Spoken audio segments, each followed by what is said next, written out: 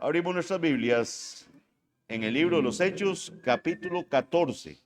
Espero que hayan leído, como les mandé en el chat de la iglesia, que hayan podido leer los versículos que correspondían para el día de hoy. Vamos a estar predicando acerca de Hechos 14, del 1 al 20. Hechos capítulo 14, versículos del 1 al 20. He titulado el sermón de esta mañana, Predicando fielmente el Evangelio a pesar del costo. Predicando fielmente el Evangelio a pesar del costo. Leemos el texto, por favor manténgalo ahí a mano, ¿verdad? Para que vamos a estar hablando constantemente de él durante la predicación. Hechos 14 del 1 al 20. Aconteció en Iconio que entraron juntos en la sinagoga de los judíos y hablaron de tal manera que creyó una gran multitud de judíos y asimismo de griegos. Aquí se está refiriendo a Pablo y a Bernabé. Mas los judíos que no creían excitaron y corrompieron los ánimos de los gentiles contra los hermanos. Por tanto, se detuvieron allí mucho tiempo, hablando con denuedo, confiados en el Señor, el cual daba testimonio a la palabra de su gracia, concediendo que se hiciesen por las manos de ellos señales y prodigios. Y la gente de la ciudad estaba dividida. Unos estaban con los judíos y otros con los apóstoles. Pero cuando los judíos y los gentiles, juntamente con sus gobernantes, los judíos y los gentiles, juntamente con sus gobernantes, se lanzaron a enfrentarlos y a apedrearlos, habiendo sabido, huyeron a Listra y Derbe, ciudades de Licaonia y a toda la región circunvecina, y allí predicaban el evangelio. Y cierto hombre de Listra estaba sentado imposibilitado de los pies, cojo de nacimiento, que jamás había andado. Este oyó hablar a Pablo, el cual, fijando en él sus ojos y viendo que tenía fe para ser sanado, dijo a gran voz: levántate derecho sobre tus pies. Y él saltó y anduvo. Entonces la gente, visto lo que Pablo había hecho, alzó la voz diciendo en lengua licaónica: dioses bajo la semejanza de hombres han descendido a nosotros. Y a Bernabé llamaban Júpiter y a Pablo Mercurio, porque este era el que llevaba la palabra.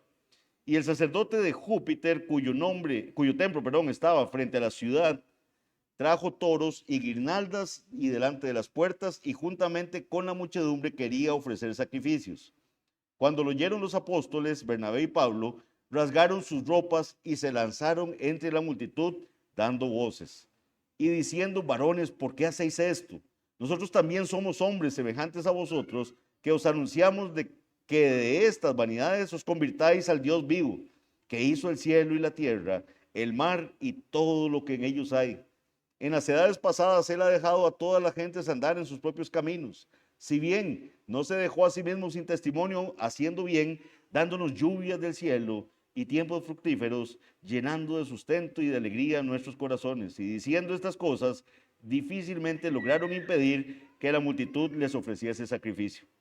Entonces vinieron unos judíos de Antioquía y de Iconio, que persuadieron a la multitud, y habiendo apedreado a Pablo, le arrastraron fuera de la ciudad, pensando que estaba muerto. Pero rodeándole los discípulos, se levantó y entró en la ciudad, y al día siguiente salió con Bernabé para Derbe. Esta es la palabra del Señor, de la cual estaremos predicando esta mañana. Hoy vamos a ver cómo Pablo permanece predicando fiel el evangelio a pesar del costo. Por eso he titulado así el mensaje. Esta es la idea principal del texto que estamos viendo esta mañana. Así que veamos algunas de las dificultades que Pablo enfrentó en el cumplimiento del ministerio del Señor, de la predicación del evangelio. En primer lugar, no olvidemos lo que Pablo acaba de experimentar al final del capítulo 13. Recuerden que también fue expulsado. Y de lo que hablamos la semana pasada, ¿verdad? Veamos Hechos 13, 50 al 51 un momento. Veamos el capítulo anterior, Hechos 13, 50 al 51, para que recordemos eso. Dice así la palabra del Señor: pero los judíos instigaron a mujeres piadosas y distinguidas y a los principales de la ciudad, y levantaron persecución contra Pablo y Bernabé, y los expulsaron de sus límites. Ellos entonces, sacudiendo contra ellos el polvo de sus pies, llegaron a Iconio. Entonces ellos vienen de ser expulsados de estar predicando la palabra del Señor en Antioquía de Pisidia.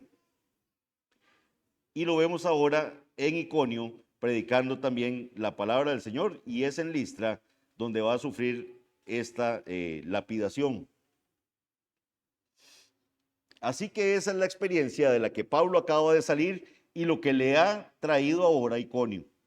Los judíos en la ciudad de Antioquía se oponían de tal forma que persuadieron a los funcionarios gobernantes de la ciudad de que Pablo se tenía que ir y lograron sacarlos de la ciudad. Los propios compatriotas de Pablo, por quienes había viajado grandes distancias para predicarles el evangelio, lo rechazaron hasta el punto de hacer todo lo posible para que lo expulsaran de la ciudad. Después de ser expulsado de Antioquía de Pisidia, Pablo viaja 145 kilómetros para llegar a Iconio. 145 kilómetros es la distancia. Nuevamente Pablo va primero a la sinagoga y luego predica acerca de Jesús, con el resultado que nos dice el versículo 1, que creyó una gran multitud de judíos y asimismo de griegos. Entonces vemos que el Señor sigue utilizando estas expulsiones y estas persecuciones para que el evangelio sea predicado en otras latitudes, y tenemos conversiones tanto de judíos como de gentiles. Nuevamente algunos de los judíos van a provocar disturbios y pusieron a la gente en contra de Pablo, y vemos lo que nos dicen los versículos 4 al 7. Repasemos lo que acabamos de leer. Dice, y la gente de la ciudad estaba dividida. Esto lo vimos la semana pasada. Cuando usted predica el evangelio, unos van a atender y van a estar gozosos de oír la palabra del Señor, y otros van a estar furiosos de escuchar el mismo mensaje. Para unos es olor de vida para vida, y para otros va a ser olor de muerte. La gente estaba dividida. Unos estaban con los judíos y otros con los apóstoles. Pero cuando los judíos y los gentiles, juntamente con sus gobernantes, se lanzaron a afrentarlos y a apedrearlos, habiéndolo sabido, huyeron a Listra y a Derbe. Nuevamente tienen que salir de ahí. Están en Iconio, se dan cuenta que los van a apedrear y huyen para Listra y a Derbe, ciudades de Licaonia y a toda la región circunvecina, y allí predicaban el evangelio. Aquí vemos que la persecución contra Pablo y Bernabé va en aumento. Lejos de que las cosas se vayan calmando, va aumentando la persecución. En Antioquía simplemente dice que fueron expulsados de la región, pero en Iconio se realiza un atentado contra sus vidas. El versículo 5 dice que sus oponentes intentan apedrearlos, pero por la providencia de Dios, ellos se enteran de que los van a apedrear. Y entonces logran salir a Listra. Huyen a Listra y siguen predicando el evangelio. Durante uno de los mensajes que Pablo está predicando ahí en Listra, vemos que hay un hombre cojo que está escuchando la predicación del mensaje. Y el Señor le revela a Pablo que este hombre tenía fe para ser sanado. Este es un elemento interesante, porque la Biblia algunas veces nos menciona que hay personas que fueron sanadas aún sin mostrar fe, pero aquí nos deja este detalle de que Pablo es avisado o le es dicho por el Espíritu Santo que este hombre tiene fe para ser sanado. Así que Pablo ordena en voz alta a este hombre cojo de nacimiento que se ponga en pie. Entonces cuando se pone en pie, da un salto y comienza a caminar. Esto asombra a la multitud. Esto nos tiene que traer, ¿verdad?, a nuestras mentes el recuerdo de lo que pasó con Pedro, ¿verdad? También con la sanidad de aquel cojo de nacimiento. Vean que el Señor sigue usando estas sanidades para, digámoslo así, afirmar ese mensaje que están presentando los mensajeros del Señor, para respaldarlo. Esta gente que escucha el mensaje empiezan a hablar en lengua licaónica, en la lengua materna del lugar, y empiezan a decir: dioses bajo la semejanza de hombres han descendido a nosotros. Estos hombres que están aquí, Pablo y Bernabé, son dioses. Dioses que descendieron. Dice que a Bernabé le llamaron Júpiter, que es el equivalente a Zeus, ¿verdad? Entonces le llaman Júpiter, y a Pablo le llaman Mercurio. Aquí están Júpiter y Mercurio, que ustedes en otras traducciones de la Biblia los van a ver como Zeus y Hermes, que son los equivalentes de ellos. Mercurio era considerado el dios orador, entonces por eso le ponen Mercurio a Pablo. Aquí James Boyce, que es un comentarista cristiano, dice esto tan interesante que quise rescatarlo para que veamos por qué esta gente ahí en Listra, identifican a Pablo y Bernabé con Júpiter y con Mercurio. Él comenta lo siguiente. Dice que probablemente estas personas basaban su identificación de Pablo y Bernabé como dioses en una leyenda del poeta romano Ovidio. Según la historia de Ovidio, Zeus y Hermes visitaron una vez un valle cerca de Listra. Fueron de puerta en puerta, pero nadie los invitó a entrar. Finalmente llegaron a una cabaña donde una pareja pobre los acogió, los alimentó y les dio cama para pasar la noche, sin saber que eran dioses. Gracias a su amable hospitalidad, los dos dioses convirtieron la cabaña de esta pobre pareja en un templo con techo de oro. Pero destruyeron a las personas egoístas que se negaron a acogerlos. Entonces, por eso probablemente los habitantes de Listra corrieron, ¿verdad?, al templo local de Zeus y le contaron al sacerdote de Zeus lo que estaba sucediendo ahí en la ciudad. Por eso traen bueyes para sacrificarlos a estos dos poderosos dioses que estaban ahí frente a ellos. Versículos 15 al 17. Vean lo que dice. Veamos desde el 14. Cuando lo oyeron los apóstoles Bernabé y Pablo, rasgaron sus ropas y se lanzaron entre la multitud dando voces y diciendo: varones, ¿por qué hacéis esto? ¿Por qué están haciendo esto? Nosotros también somos hombres semejantes a vosotros, que os anunciamos de estas vanidades, que de estas vanidades os convirtáis al Dios vivo. Más bien, nosotros lo que venimos a predicarles a ustedes es que se conviertan de este mal camino de idolatría en el que están al Dios vivo y verdadero, que hizo el cielo y la tierra, el mar y todo lo que en ellos hay. En las edades pasadas Él ha dejado a todas las gentes andar en sus propios caminos. Si bien no se dejó a sí mismo sin testimonio, haciendo bien, dándonos lluvias del cielo y tiempos fructíferos, llenando de sustento y alegría nuestros corazones. Pablo comienza diciéndoles que Bernabé y él eran hombres de la misma naturaleza de ellos. Les predicó el evangelio para que se volvieran de la adoración de los ídolos vanos al Dios vivo que creó el cielo, la tierra, el mar y todo lo que en ellos hay. ¿Por qué? ¿Por qué Pablo hace referencia a la naturaleza? ¿Por qué Pablo les hace ver? Vean, aunque los pueblos andaban como quisieran, Dios no se dejó sin testimonio. Nos mandaba la lluvia, nos daba, vean la naturaleza. ¿Por qué Pablo hace esto? Cuando Pablo le predicaba a los judíos, él podía argumentar con base en las escrituras. ¿Por qué? Porque los judíos conocían las escrituras desde que eran muy niños. Eran educados en las escrituras, ellos conocían las escrituras. Los gentiles no conocían las sagradas escrituras. Entonces Pablo no puede empezar a predicarles sobre la base del Antiguo Testamento porque no lo conocen. No conocen esas sagradas escrituras. Pero con estos gentiles comienza apelando a la creación. Vean la creación, vean lo que el Señor nos ha dado. Tenían que percibir que un Dios vivo era el que había creado todo esto. No esos falsos dioses, sino les predicaron a un Dios vivo, al Dios creador de todo, el que estaba detrás de todo lo que veían en el mundo. Pablo explica que en las generaciones pasadas Dios permitió que las naciones siguieran sus propios caminos. En su paciencia Dios no las destruyó por su pecado. Aunque Dios no les dio la revelación escrita como sí lo hizo con el pueblo judío, no se dejó a sí mismo sin testimonio, dice nuestro pasaje. Él sí dio testimonio de que Él estaba ahí. Les hizo bien dándoles lluvia y tiempos fructíferos, saciando sus corazones con sustento y alegría. Han tenido comida, han tenido bienes, han tenido lluvia, han tenido esta creación.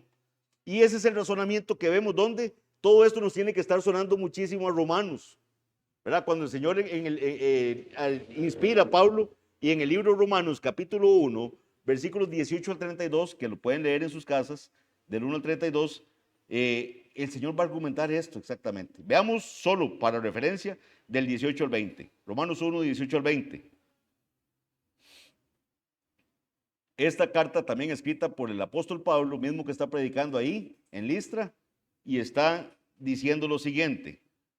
Romanos 1, 18 al 20. Porque la ira de Dios se revela desde el cielo contra toda impiedad e injusticia de los hombres que detienen con injusticia la verdad. esa palabra detienen con injusticia, decía alguien una vez predicando, es como cuando usted trata de meter una bola bien inflada contra el agua y hundirla. Esa es la fuerza que se hace, detienen con injusticia la verdad, o sea, luchan contra ella, están luchando contra ella. Porque lo que de Dios se conoce les es manifiesto, pues Dios se lo manifestó, porque las cosas invisibles de Él, su eterno poder y deidad, se hacen claramente visibles desde la creación del mundo. ¿Ven? Es el mismo argumento, siendo entendidas por medio de las cosas hechas, de modo que no tienen excusa. Aún la gente que no tenía la revelación escrita de la palabra del Señor no tiene excusa, porque solo ver esta creación del Señor nos tiene que decir que esto no es obra de la casualidad. Hay un Dios vivo, hay un Dios verdadero creador de todo lo que vemos. A través de la creación, cada persona debe saber que existe un creador todopoderoso y que somos responsables ante Él. Pablo ahí en Romanos, uno de los argumentos que dice es, y no le dieron gracias. No le dieron gracias, prefirieron hacerse imágenes de cosas ahí como animales y un montón de cosas y le dieron culto a la criatura antes que al Creador. Los hombres inventan mitos. Vean aquí que tenemos a Zeus y tenemos a Mercurio ahí.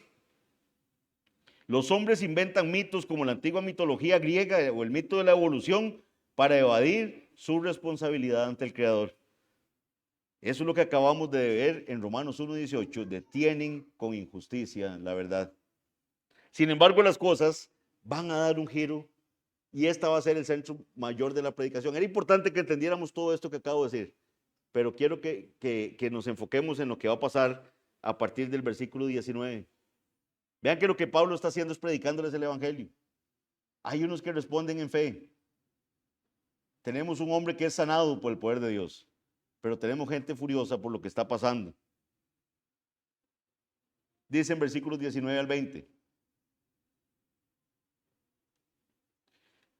Entonces vinieron unos judíos de Antioquía y de Iconio que persuadieron a la multitud y habiendo apedreado a Pablo, aquí sí lo apedrean.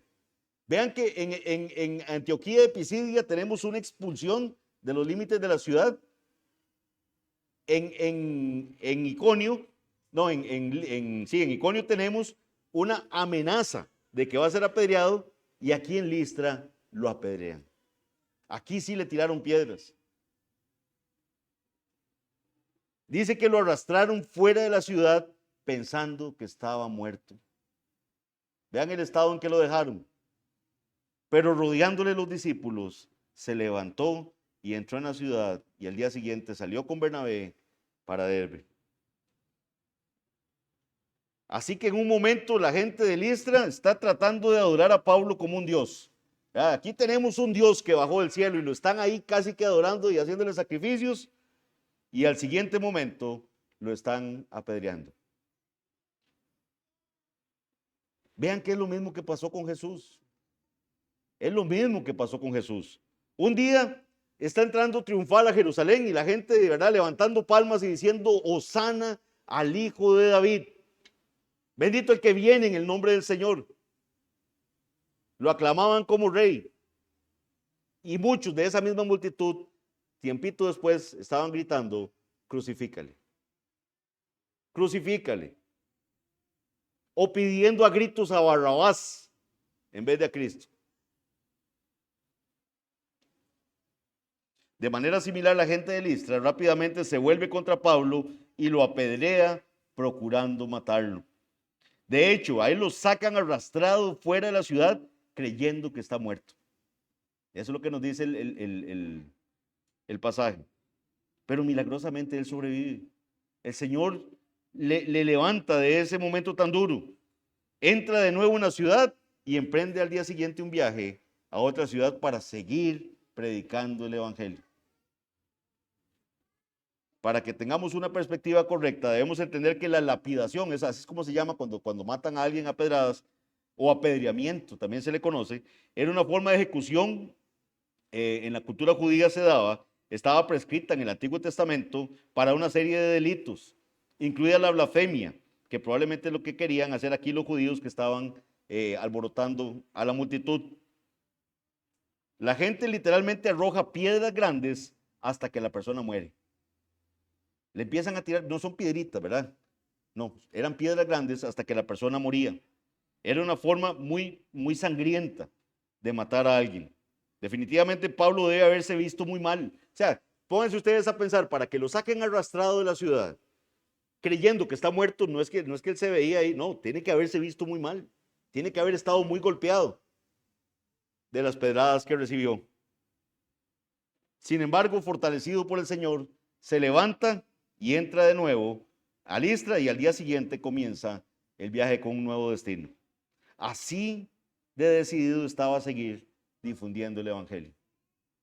Y eso es lo que quiero que veamos. ¿Por qué Pablo estaba tan motivado a seguir predicando el Evangelio? ¿Por qué un hecho como este no lo hace desistir de la predicación del Evangelio? Lo acaban de apedrear. Se debe haber sentido terrible físicamente. Tiene que haberse visto físicamente muy afectado. Él más adelante nos va a decir que tiene marcas en el cuerpo, producto de lo que ha recibido, esos latigazos, de las pedradas y de todo, que él lleva marcas. ¿Por qué está tan decidido a seguir predicando el Evangelio? ¿Por qué está motivado a seguir adelante y no renunciar? Ese es el punto al que me quiero referir a partir de este momento en el sermón. Y de una vez voy a ir haciendo aplicaciones para nuestra iglesia. Quiero usar algunos pasajes de cartas escritas por el apóstol Pablo, inspirado por el Espíritu Santo, para tratar de entender qué es lo que hace que Pablo esté tan motivado para predicar el Evangelio. Primero veamos que Pablo estaba sumamente agradecido. Pablo estaba sumamente agradecido con el Señor Jesucristo por el amor que le había mostrado al salvarlo. Él lo rescató cuando él estaba perdido. Y eso es lo que Pablo va a entender.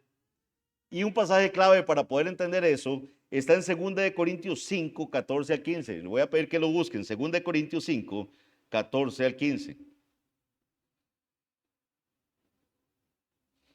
Y ese es un pasaje que a veces lo entendemos poco. Aquí, para que sepan el contexto de qué está diciendo Pablo en 2 Corintios 5, 14 al 15, él habla extensamente en el capítulo anterior sobre las significativas experiencias de sufrimiento y él explica que ha continuado su ministerio. Vean lo que dice el 14 y el 15. Porque el amor de Cristo nos constriñe. Resulta que ni siquiera buscamos qué significa constriñe. Y le hemos pasado este pasaje muchas veces por encima. Y dice, porque el amor de Cristo nos constriñe, habiendo llegado a esta conclusión, que uno murió por todos, por consiguiente todos murieron, y por todos murió, para que los que viven ya no vivan para sí, sino para aquel que murió y resucitó por ellos. La frase en estos versículos que está justo al principio dice, el amor de Cristo nos constriñe. Algunas versiones la traducen como el amor de Cristo nos obliga. Nos obliga, es así la traduce la Nueva Versión Internacional.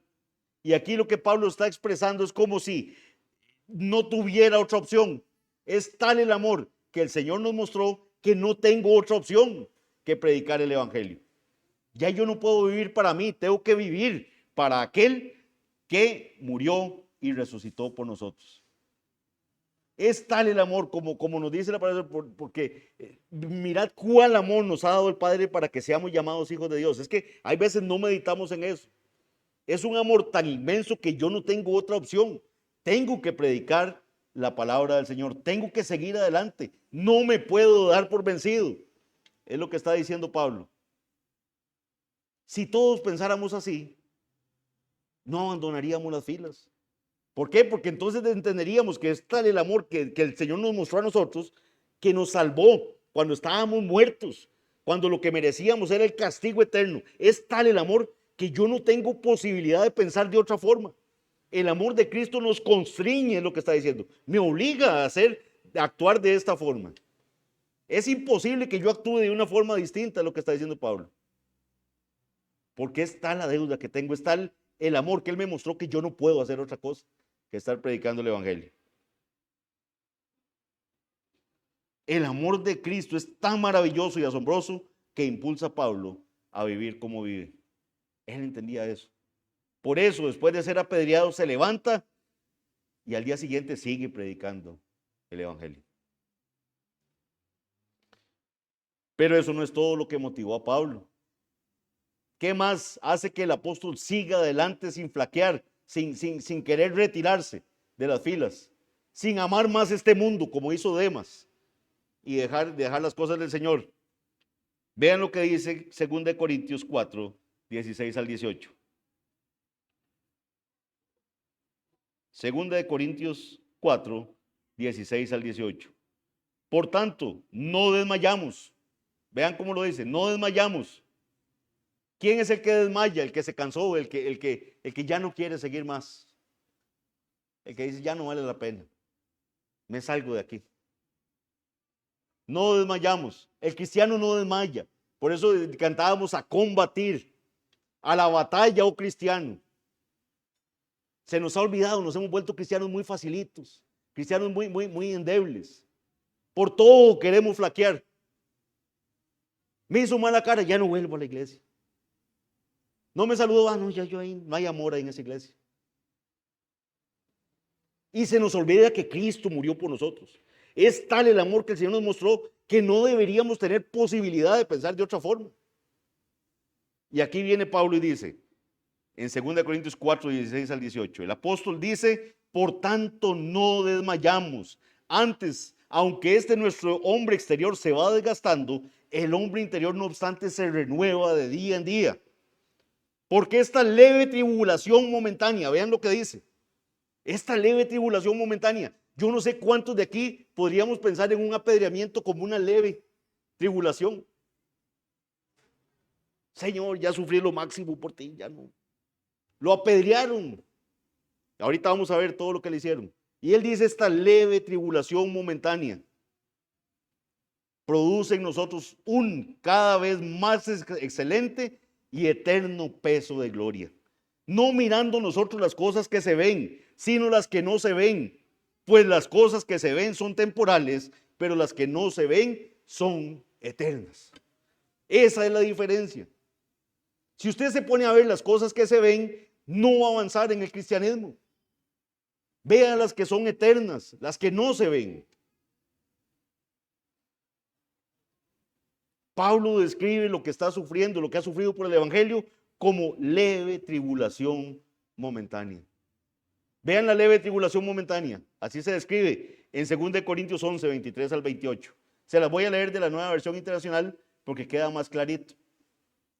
Pongan atención, oigan esto. Pablo aquí se estaba comparando con una gente que se oponía al ministerio de él.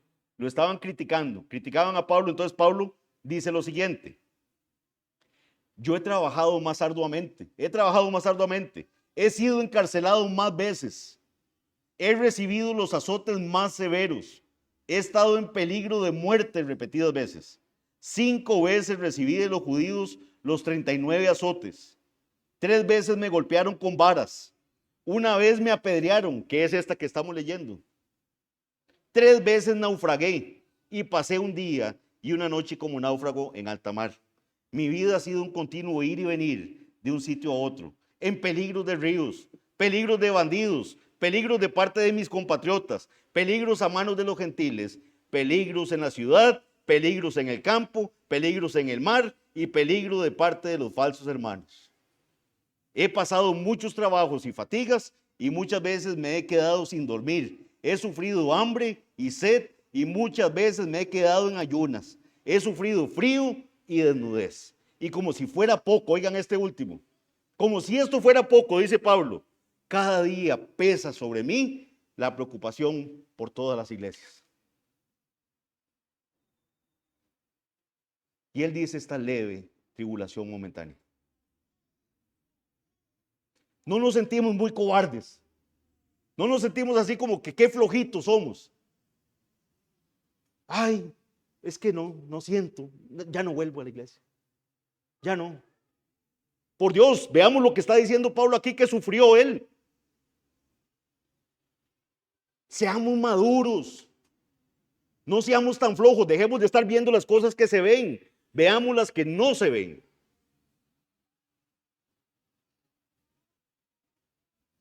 Vean que entonces, aparte de la profunda gratitud que tenía Pablo, porque él entendía que el Señor lo había salvado, hay un hecho fuerte de por qué Pablo se levanta después de ser apedreado, se levanta y sigue predicando el Evangelio. Y eso es porque él tenía la mirada puesta en lo eterno. Tenía la mirada puesta en lo eterno, en lo que no se ve y en lo que no es temporal. Ese es otro factor que contribuyó a que el apóstol estuviera tan motivado a seguir difundiendo el Evangelio. Incluso después de que lo apedrearan y lo arrastraran. Es que vea, imaginémonos el cuadro. Usted ha sufrido un montón de golpes de piedras por todo lado. ¿Quién sabe lo que está doliendo en el cuerpo? Y todavía lo arrastran. Lo arrastraron fuera de la ciudad y lo dejan afuera de la ciudad creyendo que está muerto. Como ahí, lo tiran como un desecho. Puede ser que nosotros nunca seamos apedreados. No sé. Pero a lo que veo, digamos, el país ahorita no hemos tenido un peligro de apedreamiento para que casi nos maten por nuestra fe. Pero ciertamente habrá cosas que tendremos que soportar. Y métase esto en la cabeza. Los cristianos tenemos que soportar. Yo no sé en qué parte nos perdimos y estamos ahora que no aguantamos nada. Nada.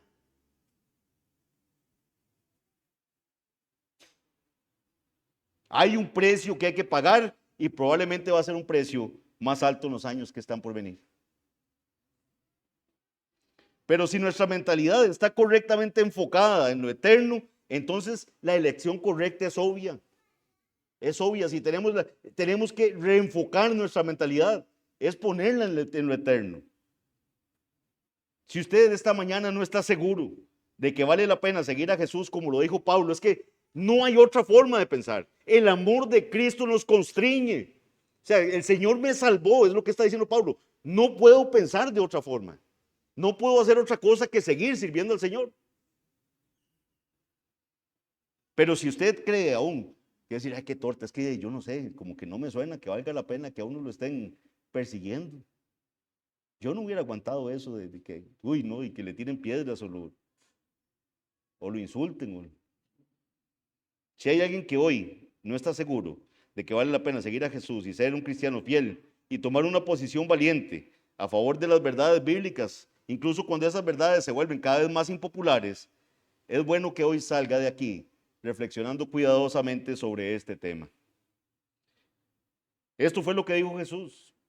Jesús se lo puso en blanco y negro a la gente. En Lucas 14, 27 al 30.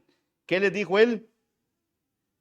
Y el que no lleva su cruz y viene en pos de mí, no puede ser mi discípulo. No puede. Porque ¿quién de vosotros, queriendo edificar una torre, no se sienta primero y calcula los gastos? A ver si tiene lo que necesita para acabarla. No sea que después que haya puesto el cimiento y no puede acabarla, todos los que lo ven comiencen a hacer burla de él, diciendo, este hombre comenzó a edificar y no pudo acabar. Seguir a Cristo tiene un costo. Tiene un costo. La semana pasada dijimos, probablemente lo van a despreciar en su familia. Tiene un costo. En otras palabras, lo que el Señor le está diciendo aquí es que debemos calcular el costo de seguirlo, el costo de predicar el Evangelio. En otras palabras, así como calculamos el costo antes de comenzar un proyecto de construcción, debemos calcular el costo de lo que implica ser seguidores de Jesús.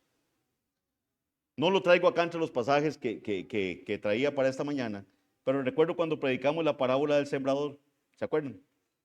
Habían diferentes suelos. Estaba los del camino, ¿verdad? Aquella semilla que cayó junto al camino se secó rápido, pero hubo una que cayó entre las piedras. Y dijimos que esas piedras eran piedras que no se veían. Estaba el terreno, pero era pedregoso debajo. Brotan la semilla. Aparentemente empieza a brotar aquella semilla y brota rápido. Y dice ¿verdad? Que tienen gozo esas personas. Pero cuando empieza la persecución, se secan. Se secan y se desaniman y abandonan porque no tienen raíz.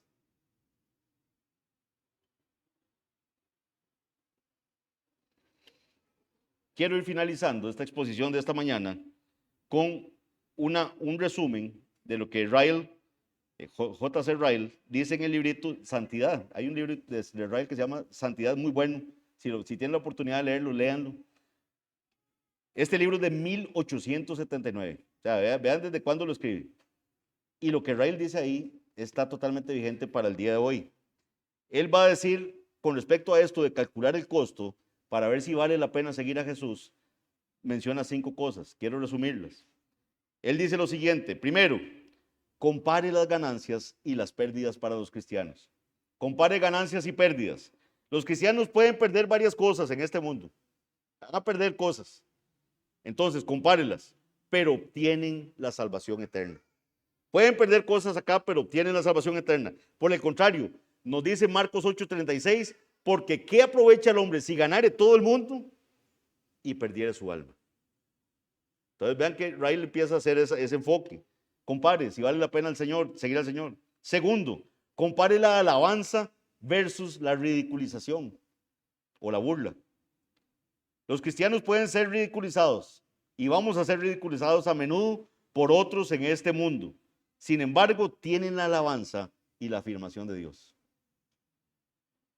Considere cómo la ridiculización viene de los labios de personas débiles y falibles que están aquí hoy y pronto ya no estarán.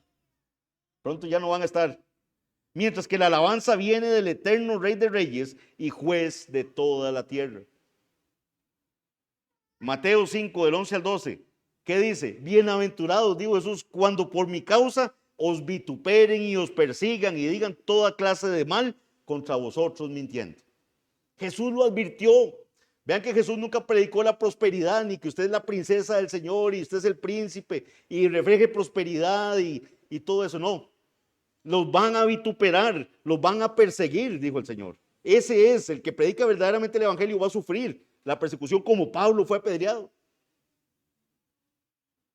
Bienaventurados sois cuando por mi causa os vituperen y os persigan y digan toda clase de mal contra vosotros mintiendo. Gozaos y alegraos, porque vuestro galardón es grande en los cielos, porque así persiguieron a los profetas que fueron antes de vosotros. Tercer lugar, dice Ryle, compare a los amigos y a los enemigos. Por un lado, si usted es cristiano, tiene la enemistad del diablo. El diablo no es su amigo, no debería ser su amigo. Y de aquellos que en este mundo se oponen a Dios. Por otro lado, tiene el favor y la amistad de Jesús. Sus enemigos pueden causarle algunas inconvenientes, dice Ryle, e incomodidad terrenal. Vean, mis hermanos, si usted no ha sentido la persecución de este mundo por ser cristiano, de verdad examínese, pero este mundo no soporta a los cristianos. Les pone las cosas cuesta arriba, en el trabajo, en el estudio. Pero no pueden causarle ningún daño permanente. Ningún daño de esos puede ser permanente. En cambio, su amigo puede salvar perpetuamente a aquellos que por medio de él se acercan a Dios, dice Hebreos 7:25. Y nadie puede arrebatarlos de su mano. Nadie puede arrebatarlos de su mano. Juan 10:28. No es de sorprender que Jesús diga en Lucas 12:5, pero os enseñaré a alguien a quien debéis temer. O sea, el Señor les enfoca. Usted no debe temerle a esta gente, al que mata el cuerpo. No le tema a ese. Témale a aquel que después de haber quitado la vida tiene poder para arrojar al infierno. Sí os digo, temed a ese. Y es al Señor a quien le debemos ese temor. Cuarto lugar, dice Ryle, compare los problemas de los cristianos en este mundo con los problemas que le esperan a los que no son creyentes. Cualquier cosa que los cristianos puedan experimentar no es nada comparado con el juicio eterno que le espera a aquellos que rechacen al Señor. Un solo día en el infierno es exponencialmente peor, dice Ryle, que una vida entera dedicada a llevar la cruz por Cristo aquí en la tierra. Como encontramos en Lucas 16:25, pero Abraham le dijo, hijo, acuérdate que recibiste tus bienes en tu vida. Aquí hablándole al rico, ¿se acuerdan? Y Lázaro también males, pero ahora este es consolado aquí y tú atormentado. Finalmente, quinto lugar, respecto a cómo debemos calcular el costo de seguir a Cristo, compare los placeres del pecado con los placeres de Dios. Los placeres que se encuentran en el pecado son superficiales, son vacíos, son fugaces mientras que los placeres que se encuentran en Dios son sólidos, son eternos y totalmente satisfactorios. No dependen de la salud terrenal ni de las circunstancias terrenales. Ni siquiera la muerte puede quitarnos lo que el Señor nos da, sino que solo nos lleva a experimentarlos más vívidamente que nunca antes. Como dice David en el Salmo 16:11, me mostrarás la senda de la vida, en tu presencia hay plenitud de gozo. Delicias a tu diestra para siempre. Quiera el Señor, mis hermanos, que la predicación de esta mañana, yo sé que es dura, pero lo que quiero de verdad es que el Señor nos despierte. No podemos ser tan mediocres. No podemos ser tan pusilánimes. No podemos portarnos tan infantilmente de por cualquier cosa querer abandonar las filas del Señor.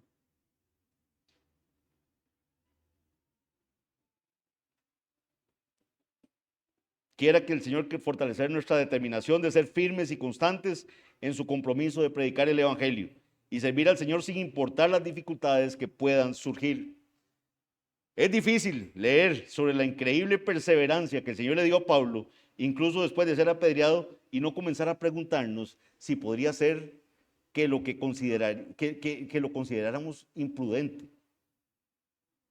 Y pensar que lo que nosotros consideramos imprudente sea lo que Dios considera fidelidad. Tal vez los que somos cristianos necesitamos ser un poco más audaces en nuestro testimonio del Evangelio y estar menos intimidados por lo que otros puedan pensar o lo que otros puedan decir.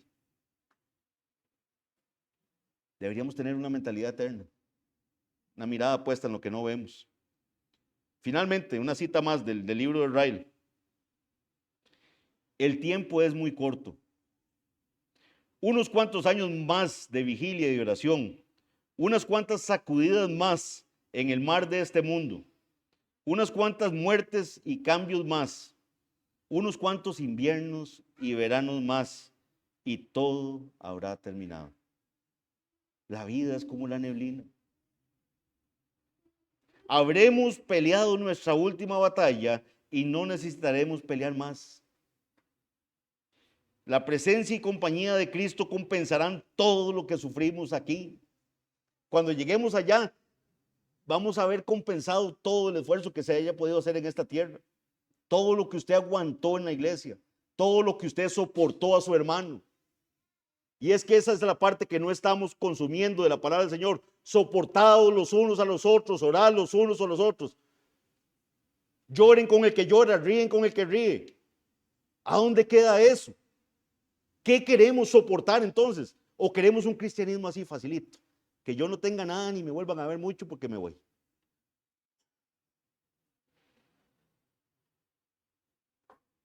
La presencia y compañía de Cristo compensarán todo lo que sufrimos aquí abajo. Cuando veamos cómo nos han visto a nosotros y miremos hacia atrás en el viaje de la vida, nos asombraremos de nuestra propia debilidad de corazón.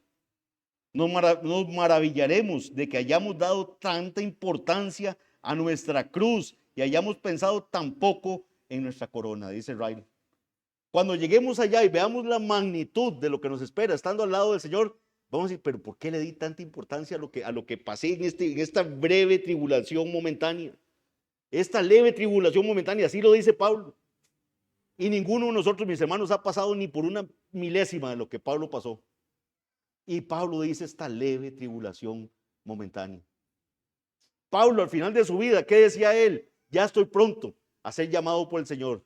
¿Y cuál era su gozo? He peleado la buena batalla. He acabado la carrera. He guardado la fe. Por lo demás me está reservada la corona. Eso es vencer. Eso es ser valiente. Eso es llegar hasta el final. No dejarse caer en el camino. No estarse saliendo por cualquier cosa. Por eso a Pablo le dolió tanto cuando él dijo que Demas me abandonó, amando más este mundo. Probablemente por eso Pablo se sintió tan traicionado en su momento por Marcos, que lo dejó ahí. Gracias a Dios después el Señor los vuelve a juntar. Y Pablo dice, me es útil en la predicación del Evangelio. Hay cristianos que han flaqueado. En la carrera cristiana me ha tocado ver personas que se han salido por las cosas más absurdas de la iglesia, que han tirado la toalla por las cosas más insignificantes, que usted dice, ¿cómo es posible que esta persona se haya enojado por eso? ¿Cómo es posible que esta persona abandone la iglesia del Señor por algo tan inútil como esto? Cuando tenemos hombres aquí predicando el evangelio, que después de ser apedreados se paran y siguen predicando el evangelio. Y dicen, esto no es nada. Esta es una leve tribulación momentánea. Me está preparado algo más glorioso que esto.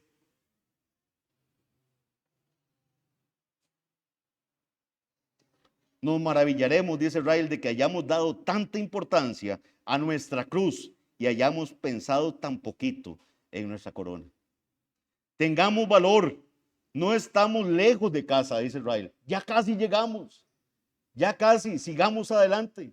Eso es como un corredor que usted lo ve que ya está ahí, ¿verdad? Flaqueando y que no llega a la meta. No, no, siga, corra, siga adelante. Siga corriendo con paciencia. Y eso es lo que la iglesia va a hacer unos con otros. Eso es lo que ustedes tienen que hacer cada uno con. Dele ánimos, hermanos, sigan adelante. Diga, hermano, eso que usted está viendo ahorita no es nada.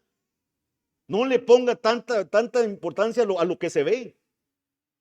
Vea las cosas que no se ven. Esas son eternas. Tengamos valor. No estamos lejos de casa. Puede que cueste mucho ser un verdadero cristiano y un creyente coherente, pero ¿saben qué? Vale la pena. Vale la pena. Oremos. Padre bendito, Señor, ayúdanos a ver a Cristo. Ayúdanos a que nuestra carrera cristiana la corramos con paciencia, puestos los ojos en Jesús. Pablo entendió, Señor, que el amor de Cristo fue tan grande que no había otra forma de actuar que no fuera seguir adelante predicando tu palabra fielmente. No flaquear, no salirnos de la batalla. Permite, Señor, que no seamos inútiles, que no seamos cobardes, que aguantemos, que soportemos, que amemos. Exhórtanos, Padre bendito. Cambia nuestro corazón tan duro. Ten misericordia de nosotros. Permite que podamos ver las maravillas de tu amor. Cuánto nos has protegido. Padre, cuánta misericordia has tenido de nosotros. Permite, mi Dios, que podamos ver pasajes como estos y temblar de lo poquito que hemos hecho para tu reino. Te damos las gracias. Bendice todo lo que hagamos ahora. Permite que podamos entender en la cena que compartiremos ese hermoso sacrificio, esa hermosa muestra de amor para tu pueblo, viniendo Cristo a morir por nosotros. Te damos las gracias en el nombre de Jesús. Amén.